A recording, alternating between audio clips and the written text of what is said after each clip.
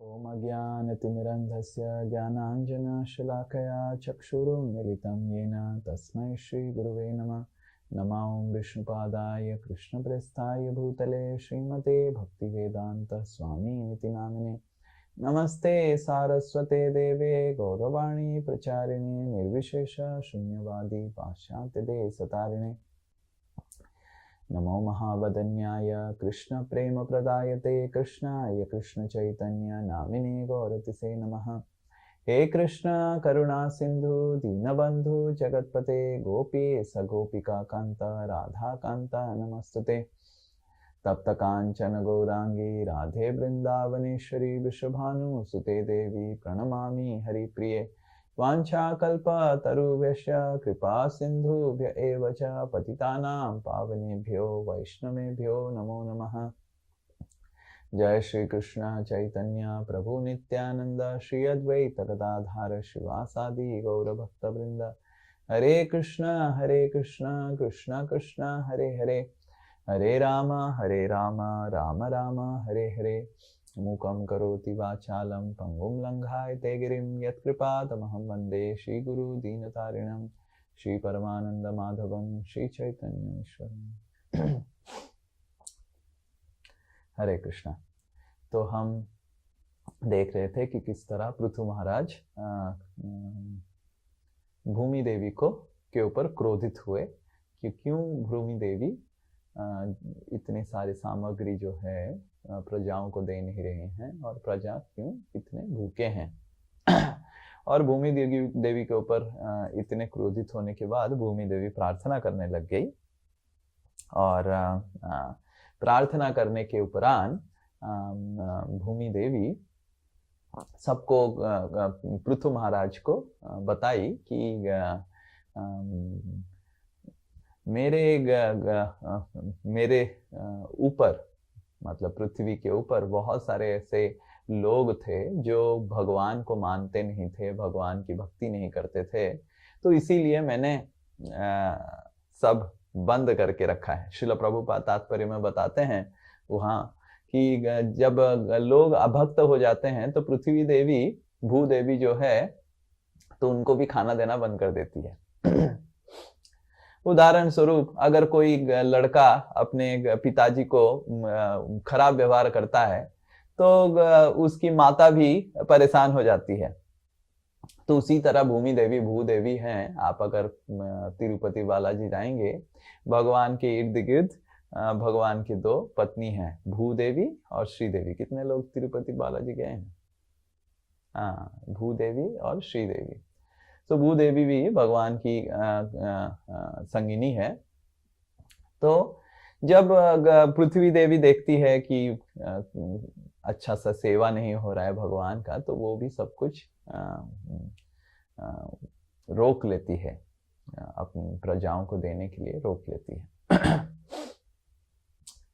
तो जब ऐसे बातचीत हुआ तो भूमि देवी पृथु महाराज को बताए कि आप एक वत्स लेके आइए। वत्स मतलब बछड़ा, और मैं तो अभी गाय के स्वरूप में हूँ। आप एक बछड़ा लेके आइए और बछड़ा को देख के मैं जितना सारा सामग्री है सब दूंगा।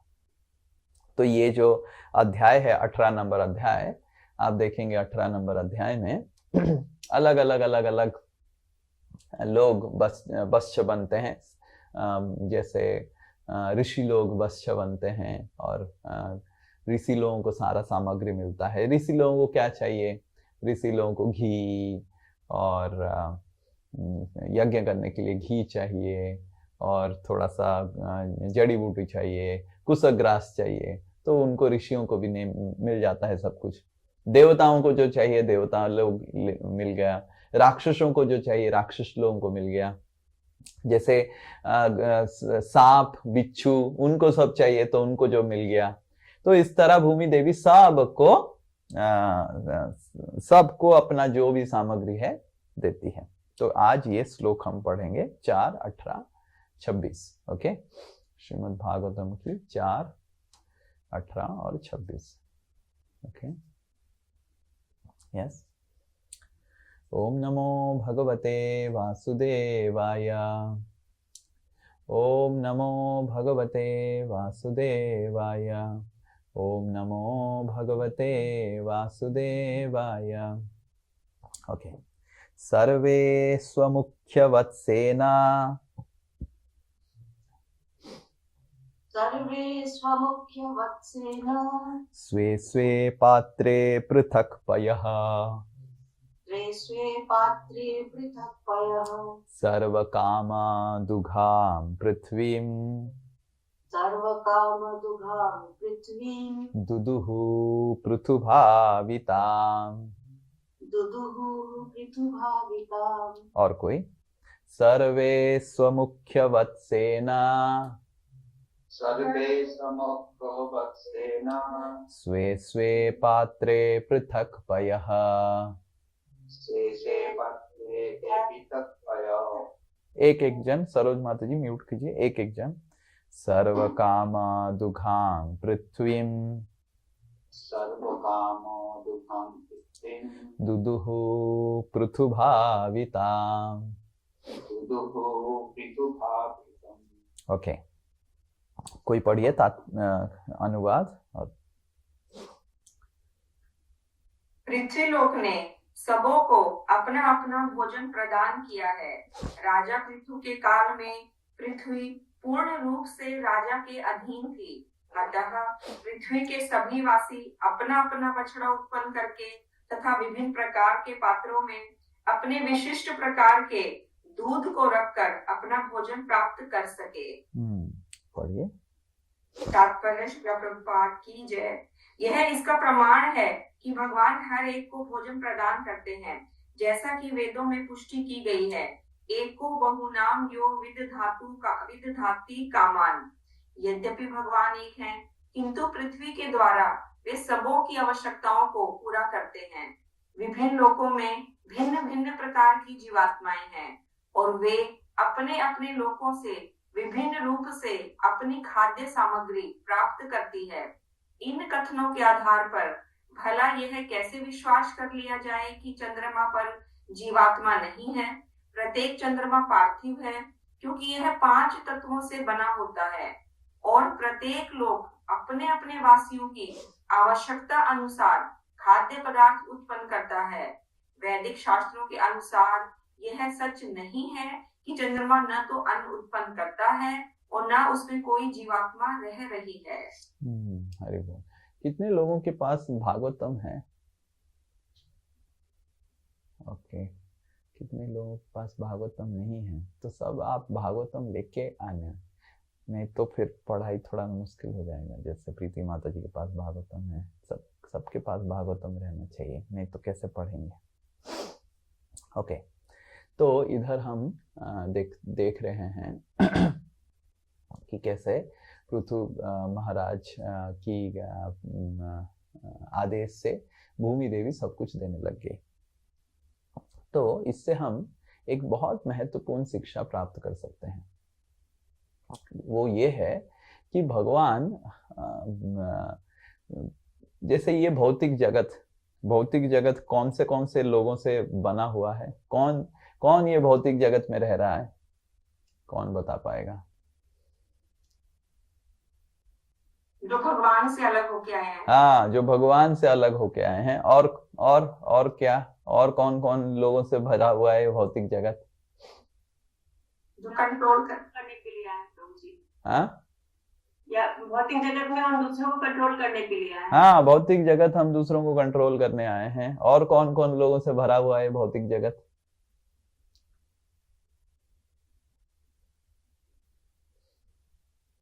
असुर लोग।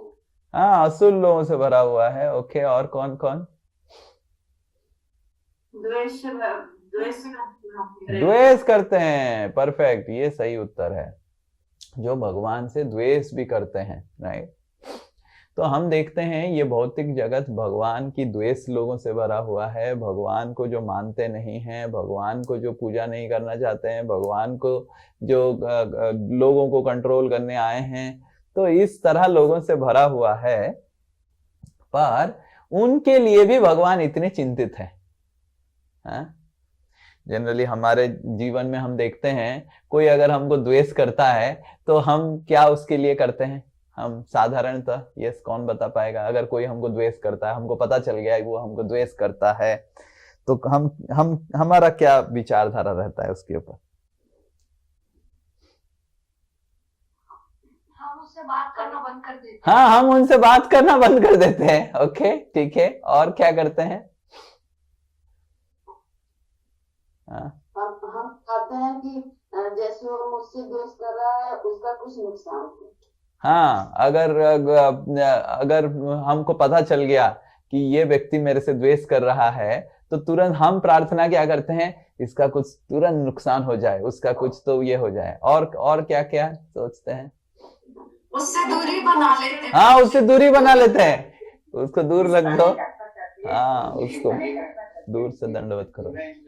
हाँ, रिश्ता नहीं रखना चाहते हैं। ओके, रिश्ता नहीं रखना चाहते हैं। सुखेश्वर प्रभु बोल रहे हैं विद्रोह और या फिर आक्रोश या फिर रिवेंज लेना चाहते हैं या फिर विप्लव करना चाहते हैं। और कोई?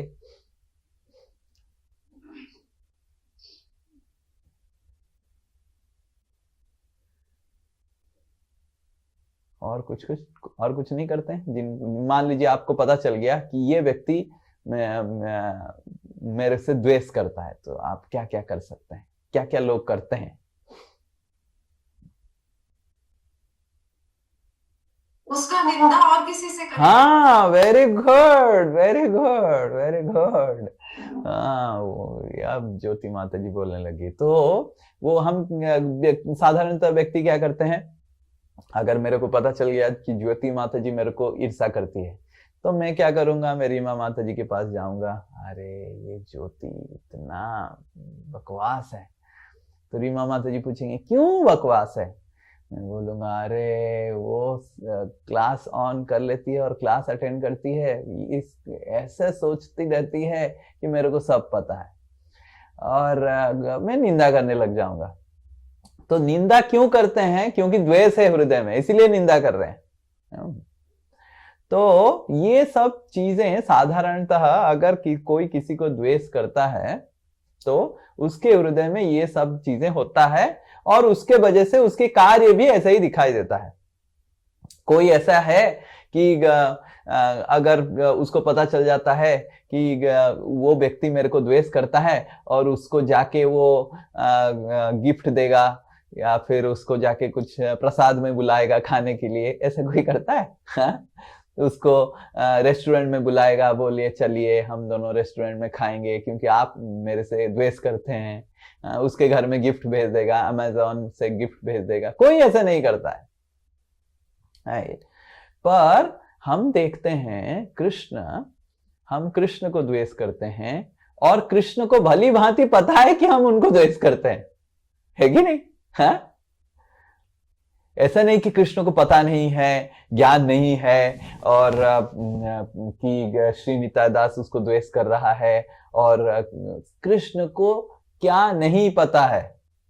वेदेश्च सर्वेर अहमेव वेद्यो वेदांत कृत वेद विदेव चाहम। भगवान भगवद गीता में बोलते हैं सर्वस्य चाहम हृदि सन्निविष्टो, मैं सबके हृदय में विराजमान हूं। वेदेश्च सर्वे, मैं सब कुछ जानता हूं, मेरे से ही सब स्मृति आता है, मेरे से ही सब ज्ञान आता है। आप सोचने से पहले भगवान उस क्या सोचेंगे वो जान लिए हैं। जैसे उदाहरण स्वरूप अगर सुखेश्वर प्रभु सोच लिए कुछ, तो वो सोच जो रहे हैं उस विचार को भी भगवान पहले जान देते हैं। तो हमारे हृदय में भगवान के प्रति जो द्वेष है, इस द्वेष को भगवान भली भांति जानते हैं। पर आपने कभी देखा है कि कृष्ण निंदा कर रहे हैं? पर कृष्ण भगवद गीता में जीवात्माओं को निंदा कर रहे हैं। भगवद गीता में कृष्ण जीवात्माओं को क्या बोल रहे हैं? ममैवांसो जीवलोके जीवभूता सनातना, ये मेरा अंश है, ये मेरा बच्चा है। हाँ? अनुमंता, उपद्रष्टा, भर्ता, भोरता, मैं उनको खाना देता हूं, मैं ही सब कुछ उनको खाना देने का कोशिश करता हूं। तो ये सबसे महत्वपूर्ण चीज है जिससे हमारा भगवान के साथ जो रिश्ता है वो पुनः जागृत हो सकता है। ये जानना कि भगवान ऐसे व्यक्तित्व हैं जिनको मैं छोड़ दिया, जिनको मैं द्वेष किया, उसके वजह से मेरे को ये भौतिक शरीर मिला, उसके वजह से मेरे को ये सारे भौतिक जंजाल और इधर आ गया, फिर भी वो मेरे को छोड़ नहीं रहे हैं, इतना प्रेम करते हैं और मेरे लिए जितने सारे सामग्री है वो प्रदान कर रहे हैं। क्योंकि भक्ति में अगर हमको अग्रगति करना है, मतलब आगे बढ़ना है, तो हमको हमारी द्वेष को धीरे धीरे कम करना पड़ेगा। क्योंकि जब तक हम भगवान और भगवान के भक्तों को द्वेष करेंगे तो आगे बढ़ेंगे नहीं, क्योंकि उसी के वजह से तो इधर आए हैं। और आगे बढ़ने का मतलब क्या है? वापस जाना। और वापस कैसे जा सकते हैं? जब द्वेष शुद्ध होगा। जब तक द्वेष शुद्ध नहीं होगा, भगवान और भगवान के भक्त और जीवात्माओं के प्रति हम भगवत धाम में प्रवेश नहीं कर सकते हैं, क्योंकि वो द्वेष था करके हम भगवत धाम त्याग करके इधर आए हैं। और द्वेष शुद्ध होगा तो हम जा सकते हैं। कैसे वो शुद्ध होगा? पहले तो भगवान के प्रति हमारा द्वेष चला जाना चाहिए। कैसे हम शुद्ध होंगे? जब भगवान की करुणा और प्रेम को हम ये सारे श्लोकों में देखेंगे। तो इधर हम देखते हैं कि भगवान सब का भरण पोषण करते हैं, सब कुछ का, सब का भरण पोषण करते हैं और इतना प्रेम से करते हैं। देखिए, एक माँ सोच सकती है कि मैं अपने बच्चे का लालन पालन करता हूं, पर आप देखिए, अगर भगवान ने माँ के हृदय में वो ममता नहीं दिया होगा, क्या माँ वो लालन पालन कर पाएगी? वो नहीं कर पाएगी। भगवान ने अगर वो अरेंजमेंट नहीं किया कि उसके शरीर में दूध पैदा हो, क्या वो दूध पिला पाएगी? नहीं पिला पाएगी। तो भगवान देखिए हमको एक शरीर देते हैं किसी को सेवा करने के लिए, किसी को प्रेम दिखाने के लिए। दूसरा, वो शरीर में फैसिलिटी देते हैं। तीसरा, उस शरीर में भावनाएं भी देते हैं। तो हम देखते हैं भगवान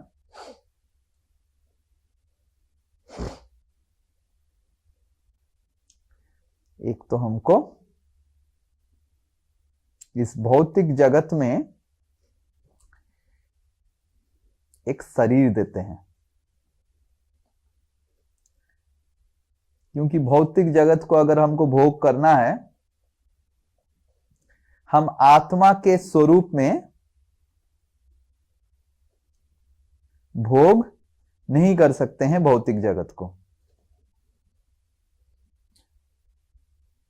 आत्मा इस भौतिक जगत को भोग नहीं कर सकता है। इस भौतिक जगत भौतिक पदार्थों से बना है और आत्मा सच्चिदानंद है। सो आत्मा और ये भौतिक जगत दोनों अलग है। जैसे तेल और पानी दोनों कभी मिलेंगे नहीं, पर आत्मा को अगर ये भौतिक पदार्थों को भोग करना है तो डायरेक्टली भोग नहीं कर सकता है। उसके लिए एक मीडियम, माध्यम चाहिए। जैसे उदाहरण स्वरूप, अगर मेरे को रसगुल्ला खाना है तो मैं रसगुल्ला खाने के लिए मेरे को रसगुल्ला खा के आस्वादन करने का एक शरीर चाहिए। तो वो शरीर भगवान पहले देते हैं। अगर वो शरीर नहीं मिलेगा तो हम कुछ नहीं कर सकते हैं। इसीलिए तो लोग देखेंगे कितना पैसा खर्चा करते हैं शरीर को रखने के लिए। करेक्ट है? कुछ भी करने के लिए तैयार हो जाते हैं लोग। अपना जितना सारा प्रॉपर्टी, अपना जितना सारा धन दौलत सब दे देते हैं शरीर को रखने के लिए। क्यों? क्योंकि शरीर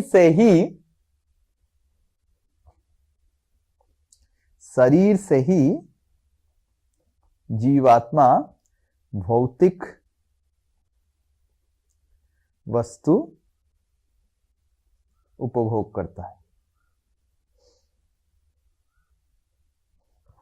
एक मृत शरीर में अगर मृत शरीर के पास आप रसगुल्ला लेके जाएंगे, गुलाब जामुन लेके जाएंगे, वो उसको कुछ विकार ही नहीं आएगा, क्योंकि उसके पास शरीर नहीं है, आत्मा भी उसमें नहीं है।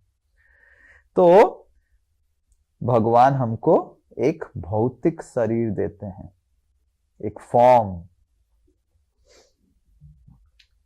ठीक है, आपको शरीर मिल गया, तो खाली शरीर से नहीं होगा, भगवान उस शरीर को भोग करने के लिए भोग वस्तु देते हैं, फैसिलिटीज।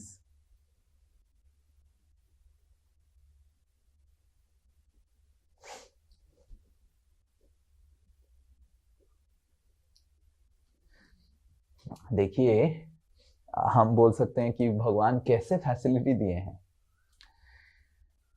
एक अगर आप दूध का उदाहरण लेंगे, क्या क्या दूध से नहीं बन सकता है जिसको हम भोग कर सकते हैं? कौन बता पाएगा क्या क्या बन सकता है दूध से?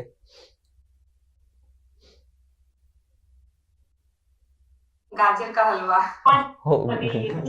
केवल दूध। हाँ, ओके, केवल दूध। ओके, पनीर, दही,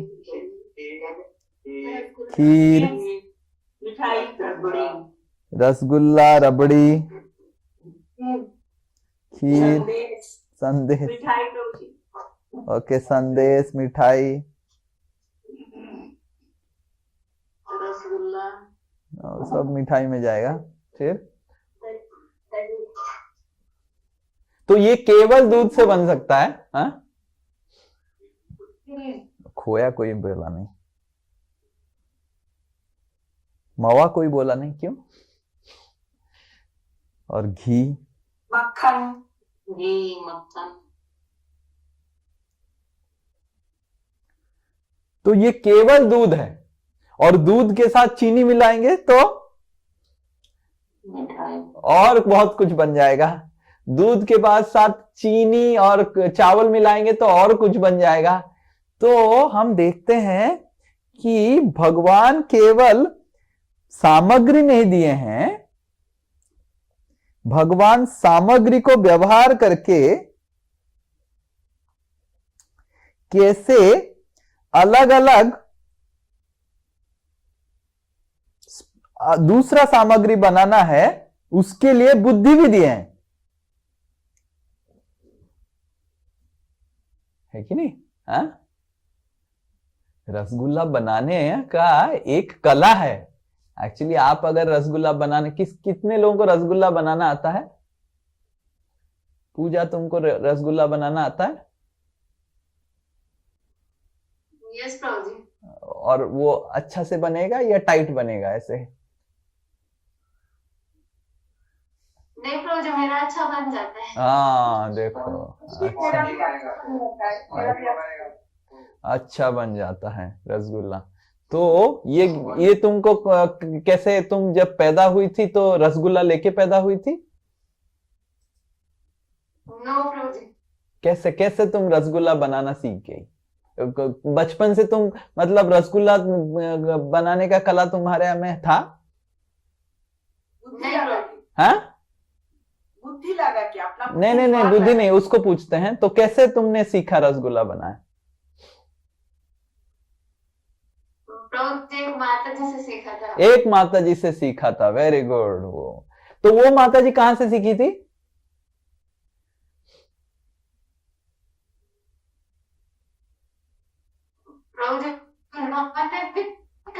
कहीं से सीखा है। वो माता जी पैदा होते ही रसगुल्ला सीख गई थी?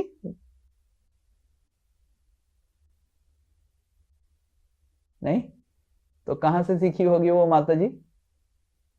आपको क्या लगता है वो माता जी कहां से सीखी होगी? कहां से सीखी होगी वो माता जी? किसी गुरु के पास से जो जानते हैं। हाँ, किसी से सीखा होगा, है कि नहीं? और जिससे सीखा होगा वो कहां से सीखा होगा?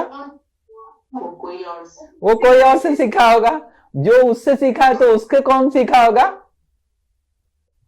कोई और से सीखा होगा।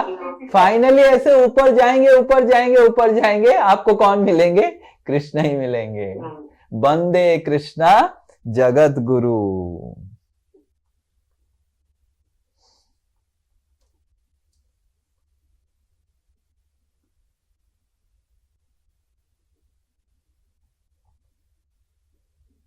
है कि नहीं? हाँ, हम तो बोल सकते हैं मैं YouTube से सीखा, है ना, इतना आसानी से बोल देते हैं YouTube से सीखा, है कि नहीं? और YouTube मेरे गुरुदेव हैं, YouTube ही मेरे लिए कृष्ण है, गूगल ही मेरे लिए भगवान है, ऐसे बोल देते हैं। हाँ? पर गूगल को कौन सिखाया? गूगल में, YouTube में जो क्लास दे रहा है, जो माता जी रसगुल्ला सिखा रही है, उसको कौन सिखाया? वो किसी और से सीखा होगा, वो किसी और से सीखा होगा। ऐसे ऊपर जाएंगे तो रसगुल्ला तक भी ज्ञान उसको कैसे बनाना है भगवान ने दिया है, कृष्ण ही ने दिया है। तो केवल भगवान फैसिलिटी नहीं देते हैं, ऐसे नहीं कि भगवान केवल दूध दे दिए और दूध ही पीते रहो, नहीं, दूध से क्या क्या आइटम बनाने का ज्ञान दिए हैं, क्योंकि दूध से एक आनंद मिलता है। आपको कितने को लगता है दूध से एक जीवा को आनंद मिलता है और दही से कुछ और आनंद मिलता है? दोनों अलग है, इसीलिए तो लोग खाते हैं। अगर दही और दूध में कुछ भी अंतर नहीं रहता स्वाद का, तो लोग खाली दूध ही पीते हैं। क्यों इतना परिश्रम करके दही बनाते हैं, क्यों इतना परिश्रम करके माखन बनाते हैं, क्यों इतना परिश्रम करके घी बनाते हैं? हाँ? नहीं, क्योंकि सबका एक ही स्वाद है। तो भगवान अलग अलग सामग्री बनाए, उस सामग्री को फिर दूसरा सामग्री बनाने का और उसमें स्वाद जोड़ के कैसे बनाने का, उसका बुद्धि भी दिए।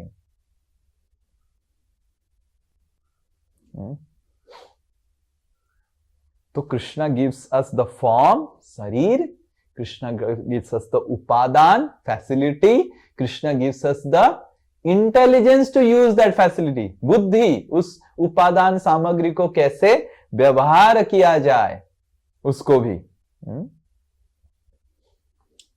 तीसरा,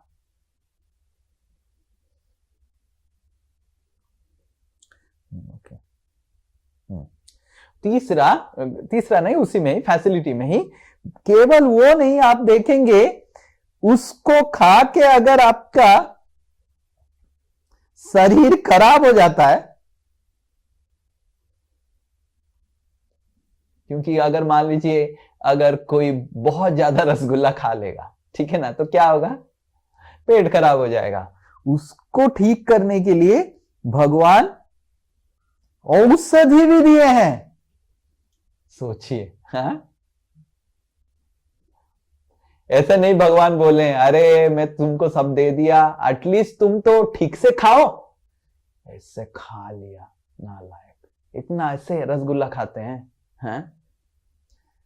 तो भगवान को यह भी पता है कि ये मेरे बद्ध जीव, नालायक जीवात्मा, अगर मैं उनको रसगुल्ला बनाना सिखा दूंगा, वो एक दिन में 50 रसगुल्ला खा लेगा और पेट पकड़ के बैठ जाएगा। ओहो, पेट दुख रहा है। हाँ? और भगवान ये भी नहीं सोच रहे हैं कि बहुत अच्छा बहुत अच्छा, अब पता चला मेरे साथ अगर खाता बहुत भगवान मेरे धाम में तो पेट दुखता नहीं। पता चला अभी पेट तुम्हारा दुख रहा है, तुम अभी समझ जाएगा कि ये भौतिक जगत में आने से ऐसे समस्या है, तुम फिर मेरे पास आ जाएगा। भगवान ये भी नहीं कर रहे। अगर भगवान को हमारे दुख से बहुत आनंद मिलता तो भगवान कभी औषधि नहीं बनाते। तो भगवान ने औषधियों का भी निर्माण किया है, ताकि भगवान को पता है कि ये मेरा जो बद्ध जीव है, नालायक जीव आत्मा है, मेरा अंश है, ये सामग्रियों को ऐसे व्यवहार करेगा कि अपने आप को नुकसान करेगा, इसलिए मैं औषधि भी बनाता हूं। और भगवान सामग्री का बुद्धि, सामग्री को गलत व्यवहार करने से जो औषधि है उसको भी बनाए हैं, ताकि हमको हमारा शरीर फिर से बन जाए, राइट। और तीसरा है भगवान फीलिंग्स देते हैं, जिससे हम वो सामग्री को दूसरे व्यक्तियों के साथ बैठ के उपभोग कर सकते हैं। मान लीजिए हम रीमा माता जी को इस ब्रह्मांड का शहंशाह बना देते हैं, और पता नहीं शहंशाह को माता जी भर्सन क्या होगा, शहंसी बना देते हैं, और पूरा ये जो ब्रह्मांड है रीमा माता जी कंट्रोल करेगी। ये ब्रह्मांड की जितनी सारे शॉपिंग मॉल है रीमा माता जी जा सकती हैं, जितने सारे जगह है सब रीमा माता जी का, और जितना सामग्री है सब कुछ रीमा माता जी का। कोई भी ग्रह में जा सकती है, कोई भी कहीं पे भी जा सकती है, कुछ भी खा सकती है, पर रीमा माता जी अकेली है पूरा ब्रह्मांड में।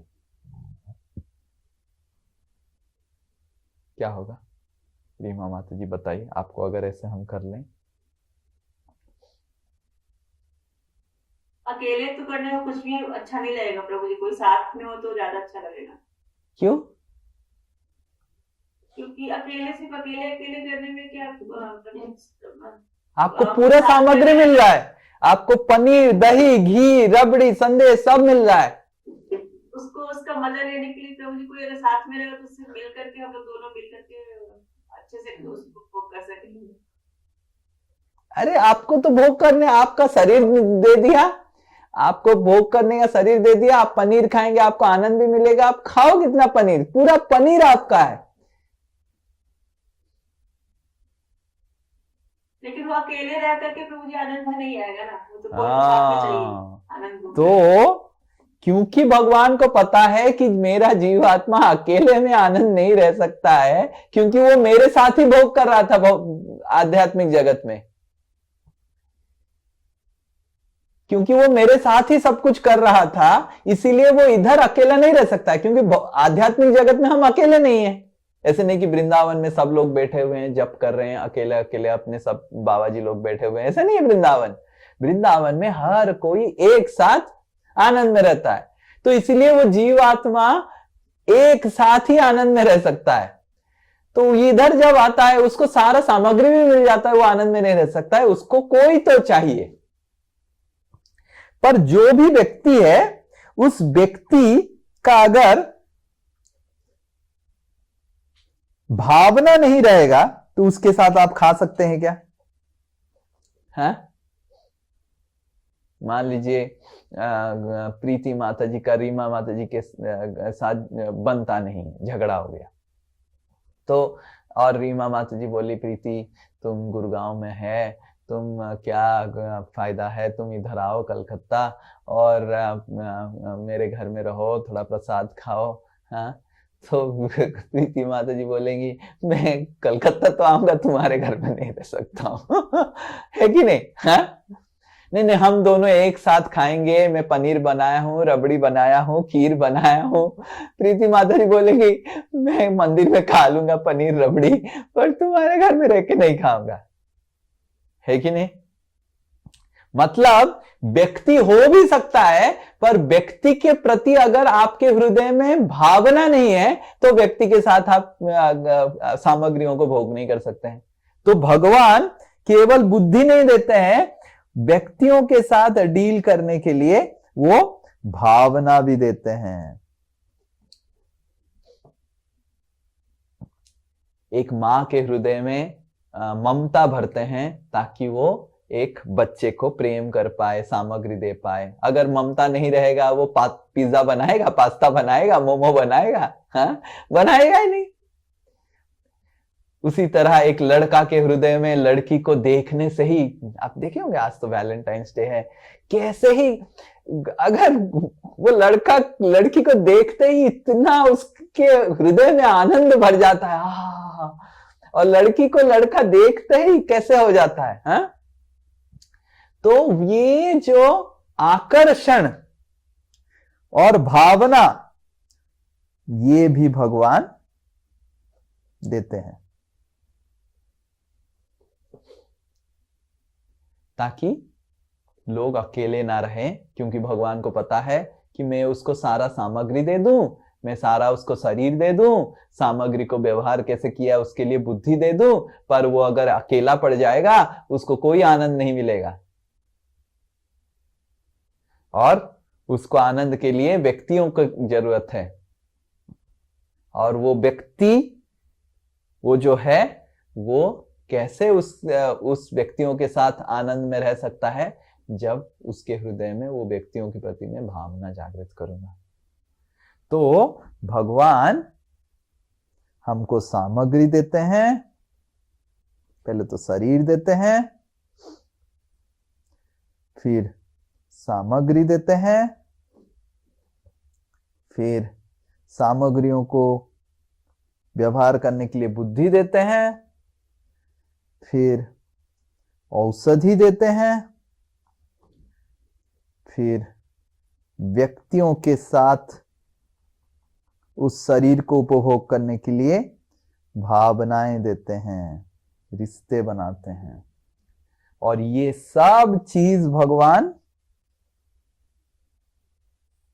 ये पूरा अरेंजमेंट भगवान किसके लिए किए हैं? जो उनको द्वेष करता है।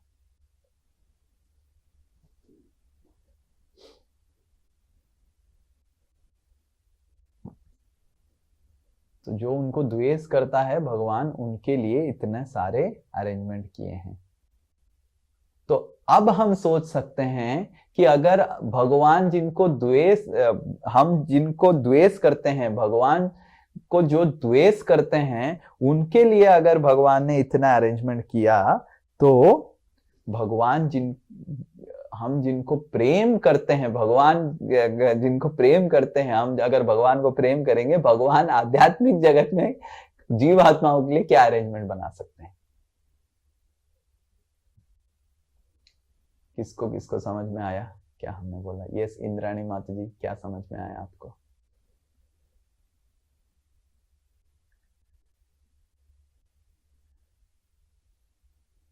यस इंद्राणी माता जी, आपको क्या समझ में आया? हरि बोल। सुन नहीं रहे। हरे कृष्ण। इंद्राणी माता जी, क्या समझ में आया?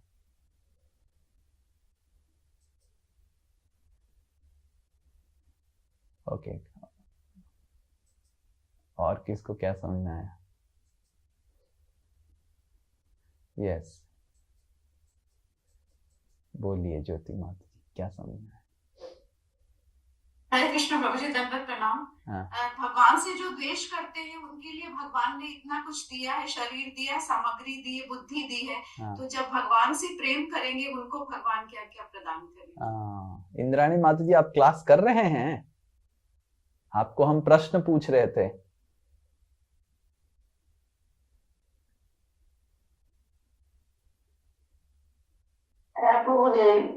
হেডফোনটা একটুখানি প্রবলেম হয়ে গেছিল, লাস্টে দিয়ে শুনতে পাচ্ছিলাম।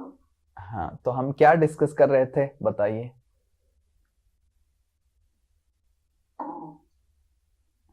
প্রভুজি, যে ভগবান আমাদের এখানে পাঠিয়েছেন, দেখুন প্রথমে আমরা তো আত্মা হিসাবে যদি আমরা এখানে থাকি, আমরা তো কোনো কিছু ভোগ করতে পারবো না, তাই জন্য ভগবান আমাদের শরীর দিয়েছেন।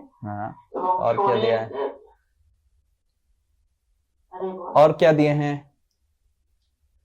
শরীর তো ভোগ করতে গিয়ে আমাদের ভোগ সামগ্রী দিয়েছেন, যাতে আমরা ভালোভাবে ভোগ করতে পারি। এবং ভোগ সামগ্রী যা যা দিয়েছে সেগুলোকে ব্যবহার করতে হতে হবে, সেগুলো ব্যবহার করার জন্য আমাদের বুদ্ধিও দিয়েছে। পারফেক্ট। এবং সেই সামগ্রী যা যা দিয়েছে সেগুলোকে আমাদের, মানে একটা সামগ্রী দিয়েছে, সেগুলো দিয়ে আমি আরো অনেক কিছু বানাতে পারবো, অনেক কিছু জিনিস তৈরি করতে দেবো, সেই জন্য বুদ্ধি দিয়েছেন। এবং এই বুদ্ধি এবং এই সামগ্রীগুলোকে ব্যবহার করার জন্য একা একা ব্যবহার করা যায় না, কারণ তাতে আনন্দ আসবে না। আমাদের আনন্দ পেতে গেলে আমাদের কারোর সঙ্গে সেগুলোকে শেয়ার করতে হবে, বা আমাদের তার সঙ্গে মিলে ব্যবহার করতে হবে। সেইটা ব্যবহার করতে গেলে একজনকে লাগবে, এবং তার সঙ্গে যে আমি মিলেমিশে করবো তার জন্য আমার ভাবনাও লাগবে, মানে তার সঙ্গে আমার মতের মিল হতে হবে, ভালো লাগতে হবে। কারণ একটা আনন্দ রাখতে গেলে আমার যে আরেকজন যে আছে তার সঙ্গী তাকেও আমার মনের মতন হতে হবে, তাহলে Yes. আনন্দটা পাবো। তার চেয়ে আগে তার সঙ্গে যদি আমি ভালোভাবে মিশি, সেটা মেশার জন্য বা তার সঙ্গে অ্যাডজাস্ট হওয়ার জন্য ভগবান বুদ্ধি দিয়েছে যে কিভাবে তার সঙ্গে আমি অ্যাডজাস্ট হবো বা तो ভালোভাবে। ये तो लास्ट में हमने क्या बोला कि ये सारा चीज भगवान किसको कर रहे हैं, किसके लिए?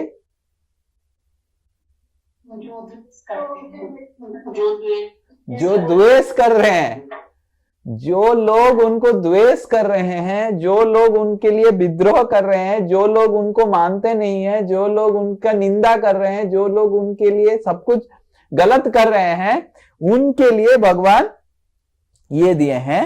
तो जो लोग उनको प्रेम करते हैं आध्यात्मिक जगत में, उनके लिए भगवान क्या करते होंगे हम बस सोच सकते हैं, कल्पना भी नहीं कर सकते हैं। समझ में आ रहा है? अगर भौतिक जगत में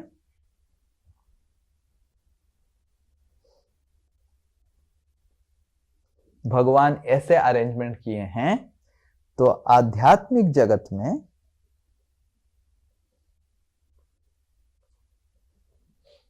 भगवान जीव आत्मा जो उनको प्रेम करते हैं उनके लिए क्या अरेंजमेंट किए होंगे। तो ये जब एक जीव आत्मा समझ जाता है, तो भगवान के प्रति उसका जो भाव शुद्ध होने लग जाता है। तो इस विचारधारा से हमारा भगवान के प्रति भाव शुद्धि होता है। हमारा भगवान के प्रति जो भाव है वो क्योंकि खराब है, इसीलिए अभी भी हम इस भौतिक जगत में हैं। कोई बोल सकता ना, मैं तो कृष्ण को इतना प्रेम करता हूं, मैं तो राधा रानी को इतना प्रेम करता हूं। आप कृष्ण से इतना प्रेम करते हैं क्योंकि कृष्ण से दूर है। आपको अभी अगर भगवान उनके धाम में डाल देंगे ना, तो इतना आप द्वेष करने लग जाएंगे, आपको पता चलेगा मेरे हृदय में अभी भी कितना द्वेष है। आध्यात्मिक जगत में जैसे कल हम चर्चा कर रहे थे, एक ब्रह्मचारी आए थे पुणे से, भागवत से आप, तो उनके साथ चर्चा कर रहे थे कि अगर अभी आप सब में से कोई या हम सब में से कोई भगवत धाम में पहुंच जाता है, गोलोक वृंदावन में मान लीजिए पहुंच जाता है, तो वृंदावन धाम में हर कोई हम देखेंगे दौड़ रहा है, भाग रहा है, कृष्ण का खाना मिला क्या, कृष्ण का खाना मिला क्या, कृष्ण को नहाने का सामग्री मिला क्या, कृष्ण का ये किया क्या, कृष्ण का वो किया क्या। और हम सोचने लग जाएंगे मेरे को तो कोई ध्यान ही नहीं दे रहा है, इधर मेरे से कोई बात करने के लिए समय नहीं है, सब तो कृष्ण कृष्ण करके दौड़ रहे हैं। कितने लोगों को ये अनुभूति है, अगर आप किसी जगह में चले गए, मान लीजिए आप कहीं शादी में चले गए लेट अस से, और उधर कोई आपको ध्यान ही नहीं दिया, कोई आपसे बात ही नहीं किया, तो आपका क्या होगा? यस, कौन बता पाएगा? यस तनुश्री माता जी, मान लीजिए आप कहीं शादी ब्याह त्योहार में कहीं तो गए और आपसे कोई बात ही नहीं किया, ध्यान ही नहीं दिया, कुछ नहीं किया, तो क्या होगा? हाँ, अनम्यूट कीजिए। खराब लगेगा, बुरा लगेगा, मुझे बहुत खराब लगेगा। हाँ, कोई बात नहीं। और सब लोग सबसे बात कर रहे हैं, सब लोग वो बोल रहे हैं, अरे बहू रानी और ये जो नया लड़का लड़की शादी किए हैं बहुत अच्छा है, बहुत अच्छा है, बहुत अच्छा है, पर आपसे कोई शादी नहीं, बात नहीं कर रहा है, कुछ नहीं कर रहा है, तो कैसे लगेगा? अच्छा नहीं लगेगा। हाँ, तो आपको अगर वृंदावन धाम में अभी पहुंचा देंगे, वृंदावन धाम में हर कोई राधा रानी कृष्ण का बात कर रहा है, आपको देख भी नहीं रहा है कि आप पहुंच गए करके, सब लोग राधा रानी कृष्ण, और आप अगर राधा रानी कृष्ण के बारे में बात कर रहे हैं तब ठीक है, और कोई बात ही नहीं है। कृष्ण को खाना मिला क्या, कृष्ण ने सोया क्या, कृष्ण कैसे सोया, कृष्ण कैसे खाया, कृष्ण कैसे हंसा, कृष्ण क्या बोल के हंसा, कृष्णा कृष्णा कृष्णा, सब खाली कृष्ण हो रहे। और हम उधर पहुंच जाएंगे क्योंकि अभी भी हमारी भाव कृष्ण के प्रति उतना जागृत नहीं हुआ है, तो हमको अकेलापन पड़ जाएगा कि कहाँ आ गया मैं, ये जगह में क्यों आ गया मैं इधर। जैसे कभी कभी अगर इस्कॉन में भी नया नया भक्त लोग कोई आ जाते हैं तो इस्कॉन में देखते हैं कि मंगल आरती चल रहा है, ये चल रहा है, वो चल रहा है, तो सोचने लग गया क्या हो रहा है इधर, इतना सब कुछ क्यों वो कर रहे हैं भगवान के लिए। ये भगवान का आरती हो रहा है, आरती होने के बाद भगवान को खाना मिला, भगवान को खाने के बाद फिर से आरती हुआ, फिर से इतना बार आरती करने की जरूरत क्या है, एक बार कर दो दिन में। 6 बार आरती होता है, 8 बार खाना देते हैं, हाँ इतना सुंदर सुंदर कपड़ा पहनाते हैं, फिर दूध से अभिषेक करवाते हैं, क्यों ऐसा करते हैं? तो ये है द्वेष। तो हमको समझना चाहिए कि हम बोल तो देते हैं कि मैं भगवान को प्रेम करता हूं, पर भगवान और उनके धाम में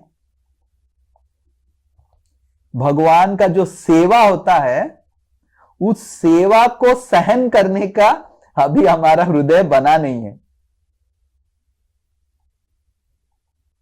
भगवान की जो भगवत धाम में जो सेवा होता है भगवान का, और भगवान को जो अटेंशन मिलता है, उसको झेल पाना हमारे हृदय में अभी उतना प्रेम जागृत हुआ नहीं है, हमारा भाव शुद्धि हुआ नहीं है।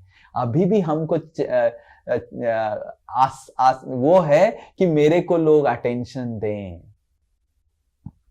मेरे को लोग पूछें, मेरे बारे में लोग सोचें, मेरे बारे में लोग बात करें, है कि नहीं? हाँ, ऐसे हम अभी भी हमारे हृदय में है कि मेरे बारे में लोग सोचें, मेरे बारे में लोग प्रेम करें, मेरे को लोग प्रेम करें, मेरे बारे में लोग क्या बोल रहे हैं।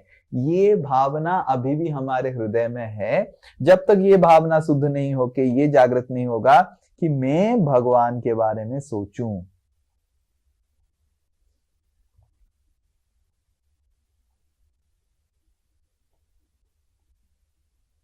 तो ये जब धीरे धीरे शुद्ध होगा, और कैसे शुद्ध होगा, जब हम समझेंगे कि भगवान कितना मेरे को प्रेम करते हैं। भगवान को मैं छोड़ के आया तो भगवान मेरे को प्रेम करके इतने सारे सामग्री दे रहे हैं, तो भगवान अपने आध्यात्मिक जगत में लोगों को, भक्तों को कितना प्रेम करते होंगे। तो ये जब हम भगवान की प्रेम को समझेंगे, हमारी भाव शुद्धि होगा और हमारी द्वेष कम होने लग जाएगा, द्वेष मिट जाएगा।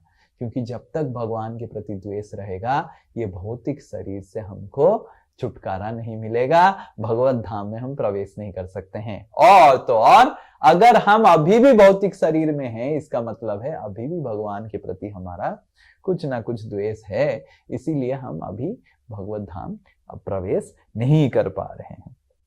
हरे कृष्णा। किसी का कोई प्रश्न है?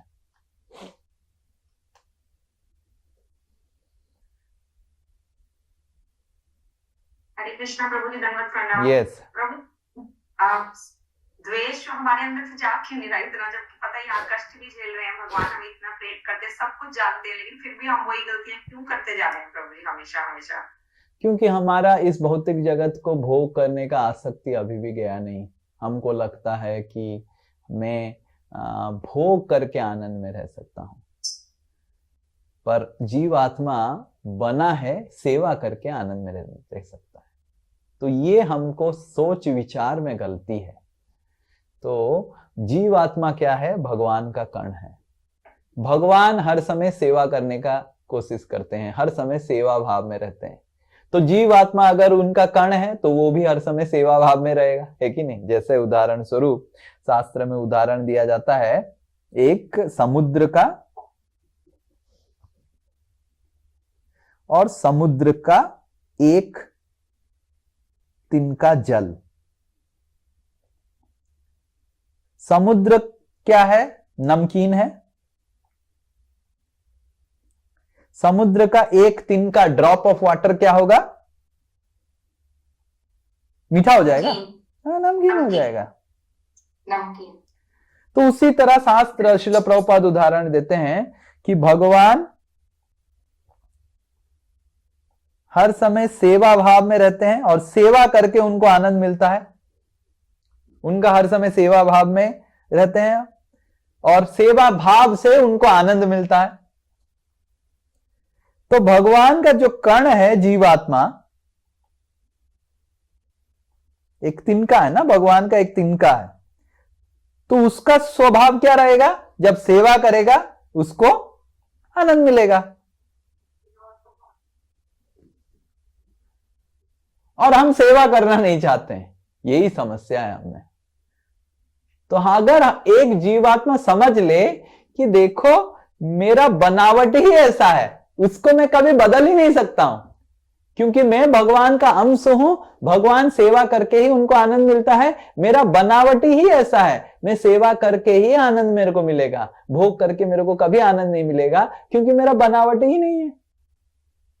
जब जीवात्मा ऐसे समझ लेता है, अपनी स्वरूप को समझ लेता है, इसको बोलते हैं स्वरूप सिद्धि।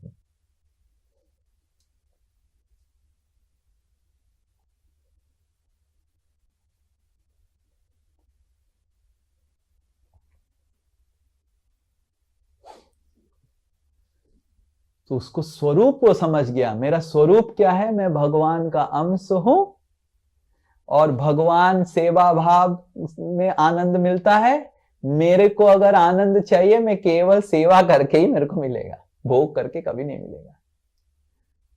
तो जब ये समझ जाता है तो जीवात्मा का द्वेष चला जाता है। तो क्यों नहीं जा रहा है? क्योंकि अभी भी हमारा आशा है थोड़ा सा हृदय में कि भोग करके आनंद मिलेगा, और जब वो आशा संपूर्ण रूप से चला जाएगा तब हम शुद्ध हो जाएंगे संपूर्ण रूप से। अभी भी हमारे हृदय में थोड़ा आशा है, नहीं नहीं नहीं नहीं नहीं, शास्त्र बोलता है, फिर भी नहीं नहीं नहीं नहीं नहीं, ऐसा नहीं, थोड़ा सा भोग करने से आनंद मिलेगा, ठीक है करिए। Okay, yes, anyone else? Hare Krishna প্রভুজি, ধন্যবাদ প্রণাম। यस। এই অনুবাদ মানে বাংলাতে বলছি, অনুবাদে লেখা আছে পৃথিবীর সমস্ত প্রাণীরা তাদের স্ব জাতির প্রধান ব্যক্তিকে বৎসে পরিণত করে। এই মিনিংস क्या है? या तो जब क्या उसको बोलते हैं, जब पृथ्वी देवी बोलने लग गई कि आप एक वत्स लेके आओ, तो वत्स का मतलब है एक सिंबॉलिक मतलब, जैसे उदाहरण स्वरूप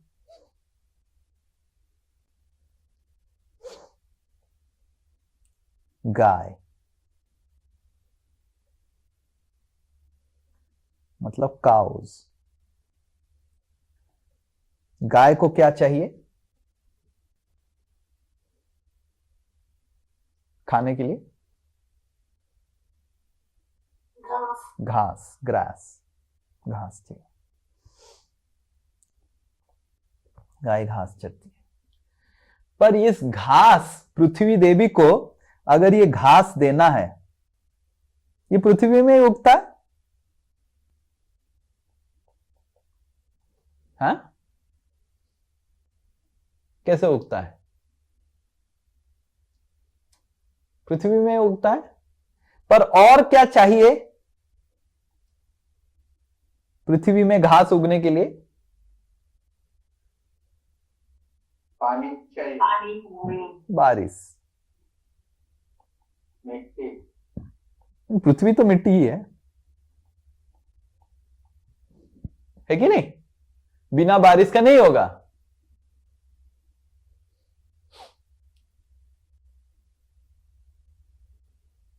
तो इस तरह घास जो है वो दूध बन गया गायों के लिए, खाने का सामग्री, और बछड़ा क्या हो गया?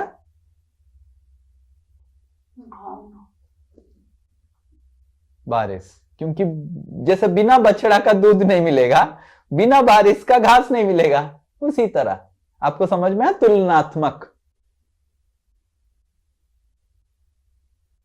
या समझ में नहीं आया? और एक बार बोलिए प्रभुजी। ओके, और एक बार बोलते हैं। गाय क्या खाता है? घास खाता है। घास कितने उगता है? पृथ्वी, पृथ्वी में। ठीक है, तो पृथ्वी में उगता है, तो पृथ्वी गाय के समान हो गया है, ठीक है ना।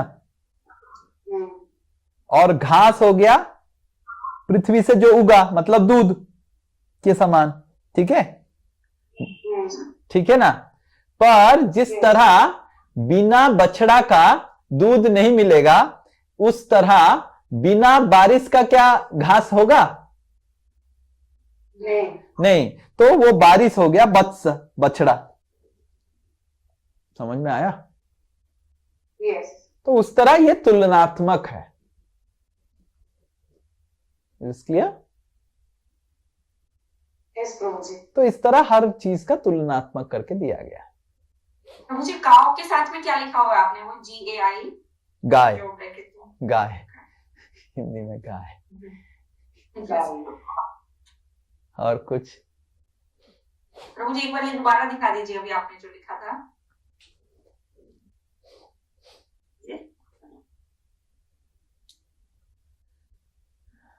थैंक यू प्रभु जी। Okay, anyone else? और कुछ? हाँ, अंजू माता जी का कोई कुछ प्रश्न था, हरे बताइए। कृष्णा प्रभु जी, धन्यवाद था। हाँ, प्रभु जी हमारे विचार में हम सब जैसे पढ़ रहे हैं, सब जान रहे हैं, लेकिन हमारे विचार में स्थिरता क्यों नहीं आ रहा है प्रभु जी?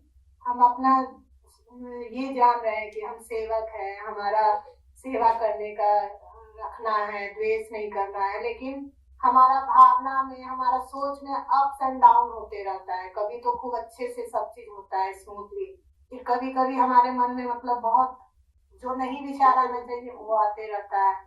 तो ये सब कैसे प्रभु जी एक जैसा मतलब हमेशा नॉर्मली रहे कि हाँ एक ही विचार रहे, जो हम पढ़ रहे हैं वो अपनी लाइफ में अप्लाई करें, उसी विचार में रहे, कैसे होगा प्रभु जी? पर हमको समझना चाहिए, भौतिक जगत द्वंद्व जगत है। द्वंद्व जगत मतलब दुख सुख, ऊंचा नीचा। तो जब तक हम द्वंद्व जगत में हैं तब तक ये हमको झेलना पड़ेगा।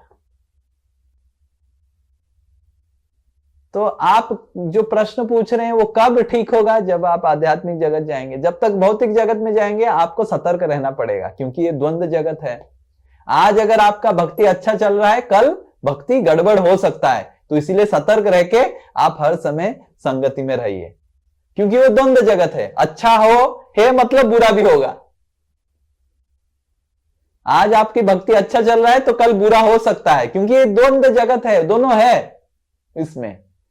तो बुरा नहीं होने के लिए आपको सतर्क रह के भक्ति संगति अच्छे से करना पड़ेगा, क्लास अच्छे से करना पड़ेगा, नोट्स अच्छे से बनाना पड़ेगा, ध्यान पूर्वक सुनना पड़ेगा, नहीं तो बुरा होगा, क्योंकि ये द्वंद्व जगत है। पर आध्यात्मिक जगत द्वंद्व जगत नहीं है, उसमें अच्छा और बुरा नहीं है, केवल अच्छा ही है। आज अगर आपकी भक्ति अच्छा चल रहा है, कल भी अच्छा चलेगा, परसों भी अच्छा चलेगा, तरसों अच्छा चलेगा, अच्छा ही चलता रहेगा। तो जब तक जीवात्मा द्वंद्व जगत में है, द्वंद्व उसको परेशान करेगा, और द्वंद्व से सतर्क रह के उसको संगति में रह के वो भगवान का भक्ति करके आगे बढ़ सकता है। समझ में आ रहा है? ये सब चीजें में प्रभु जी ज्यादा हो रहा है, तो इसका मतलब हमारा पढ़ाई कम हो रहा है। हाँ, इसका मतलब हमारा श्रवण कम हो रहा है। श्रवण हमारा बहुत इंपॉर्टेंट है। जितना आप श्रवण करेंगे उतना आप द्वंद्व से ऊपर रह सकते हैं, निर्द्वंद बनेंगे। निर्द्वंद कैसे बनेंगे? जब हम श्रवण करेंगे, साउंड से। श्रवण जितना अच्छे से करेंगे आप, जैसे पिछले क्लास में हम साउंड के बारे में बता रहे थे, संडे क्लास में, तो sound helps you come out of द्वंद्व। अनावृत करता है आपकी चेतना को। तो जितना आप श्रवण करेंगे, कथाओं का श्रवण करेंगे, जितना आप लेक्चर सुनेंगे, जितना आपके कानों में श्रवण ध्वनि घुसेगा, उतना देखेंगे आप द्वंद्व से ऊपर उठेंगे। जैसे प्रभु जी जब तक सुनते रहते हैं तब तक तो ठीक रहता है, लेकिन जैसे खाली दिमाग आता है फिर उसमें वही मतलब जो नहीं सोचना चाहिए वो दिमाग में घूमने लग जाता है। तो इसीलिए दिमाग को खाली नहीं रखिए, कुछ ना कुछ सेवा करते रहिए, कुछ ना कुछ सुनते रहिए, कुछ ना कुछ एंगेज करते रहिए सेवा में। तो आपने ही प्रश्न पूछा और आपने ही उत्तर दे दिया। दिमाग को खाली मत रखिए, सही बोला आपने। इतना सेवा है, सेवा कीजिए, भगवान का नाम लीजिए, भगवान के कीर्तन सुनिए। जैसे हम कभी दिमाग को खाली, मेरा आज जैसे आज शेड्यूल है, मेरा शेड्यूल में खाली समय है ही नहीं। माया से हम दूर नहीं रह सकते हैं, पर माया के लिए समय, भौतिक जगत में ऐसे मेरे गुरुदेव बताते हैं हर समय, नो माया बोलना बहुत मुश्किल है भौतिक जगत में, क्योंकि माया का जगत है ये। हाँ, ये बहुत मुश्किल है, ये माया का ही जगत है। इसको देवी धाम, माया धाम बोला जाता है, माया नगरी बोला जाता है। तो इसमें नो माया बोलेंगे, नहीं माया नहीं, माया नहीं, ऐसे बहुत मुश्किल है। नो टाइम फॉर माया, ये आसान है।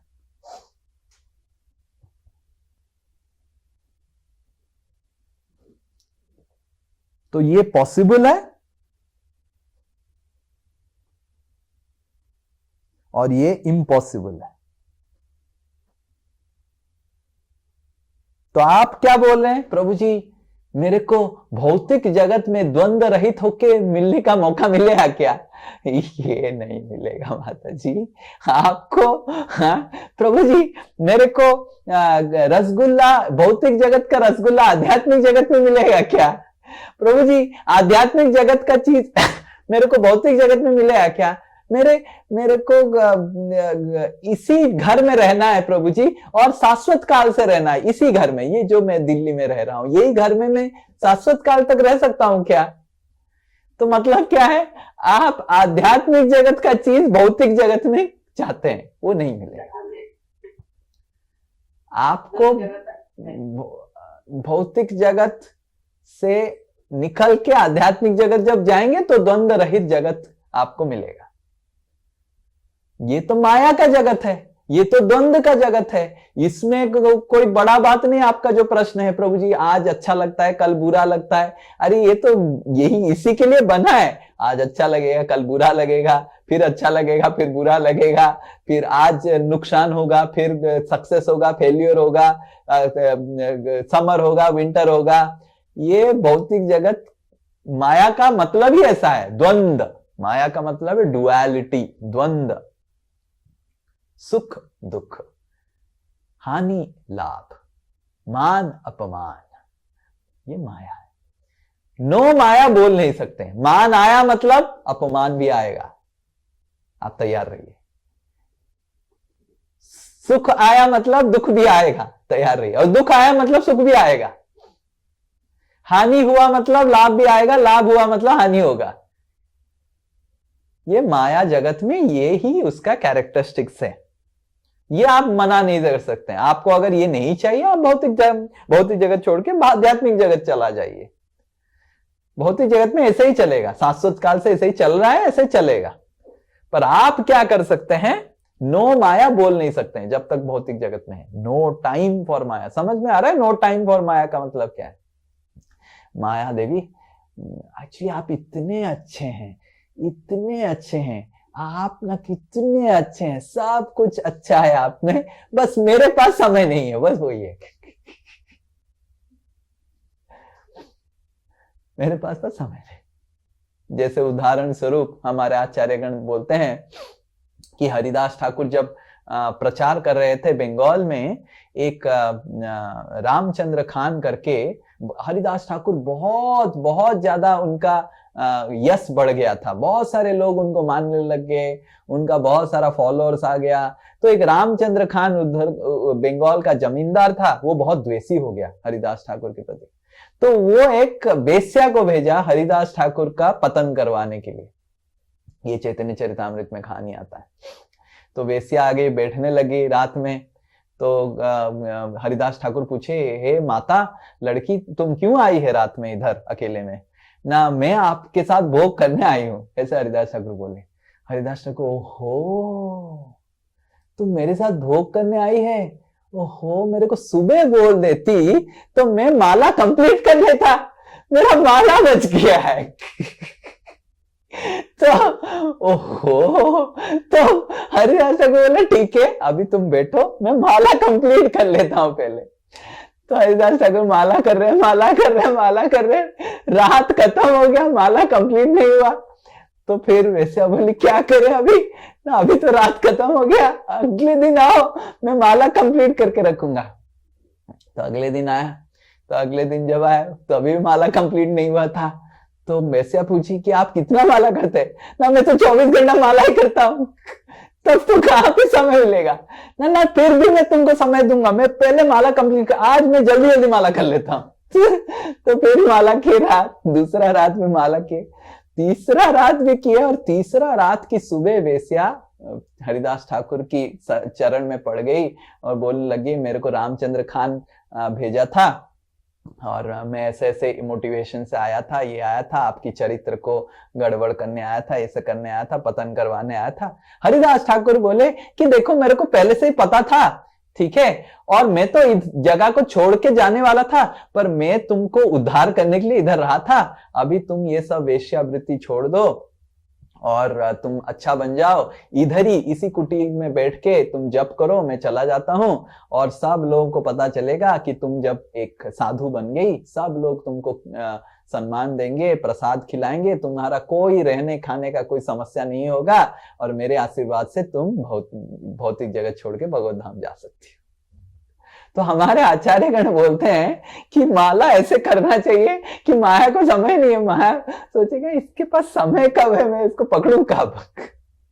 तो ये हम है, नो माया बोल नहीं सकते। इस जगत में भगवान की भक्ति करने के लिए बहुत बाधा विघ्न है, क्योंकि ये जगत भगवान की भक्ति के लिए बाधा के लिए बना है। ये जगत किसके लिए बना है? ताकि भगवान की भक्ति का बाधा आ सके। जो भगवान की भक्ति नहीं करना चाहते हैं वो इस जगत में आते हैं। तो इस जगत में नो माया बोलना बहुत मुश्किल है, माया का जगह है, हाँ? पर नो टाइम फॉर माया बोलना बहुत आसान है।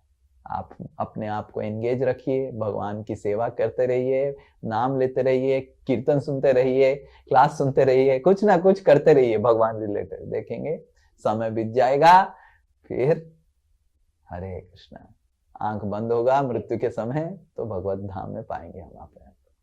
ठीक है, हरे कृष्णा कृष्ण कृष्ण हरे हरे, हरे राम राम राम हरे हरे।